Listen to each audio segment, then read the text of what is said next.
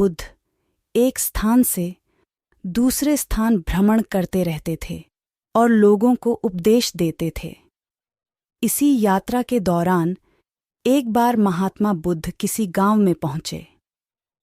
गांव के लोग उनके दर्शन करने और प्रवचन सुनने पहुंच रहे थे। कुछ ही दिनों में क्षेत्र के काफी लोग बुद्ध के उपदेश सुनने आने लगे।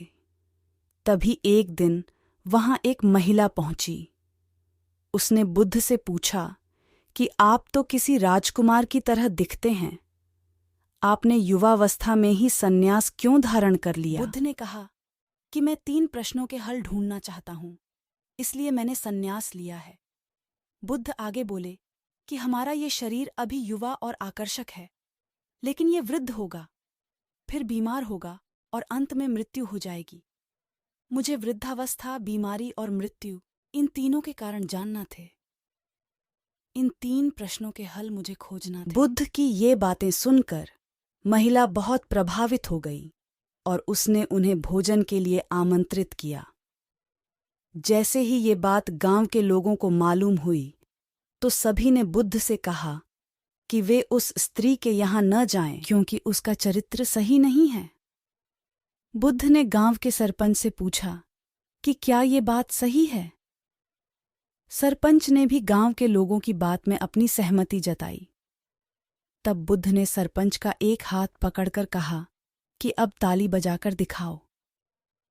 इस पर सरपंच ने कहा कि यह कैसे संभव है? एक हाथ से ताली नहीं बज सकती है। बुद्ध ने कहा कि सही है। ठीक इसी तरह कोई महिला अकेले ही चरित्रहीन नहीं हो सकती है। अगर इस गांव के पुरुष चरित्रहीन नहीं होते तो वह महिला भी चरित्रहीन नहीं होती। गांव के सभी पुरुष बुद्ध की ये बात सुनकर शर्मिंदा हो गए। बुद्ध ने कहा कि अगर हम अच्छा समाज बनाना चाहते हैं तो सबसे पहले हमें खुद को सुधारना जरूरी है। अगर हम सुधर जाएंगे तो समाज भी बदल जाएगा।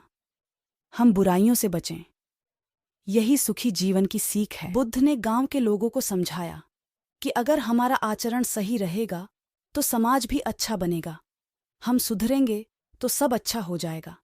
समाज तभी अच्छा बन सकता है हर एक व्यक्ति बुराइयों से दूर रहे। हम सुधरेंगे तो समाज स्वतः अच्छा हो जाएगा।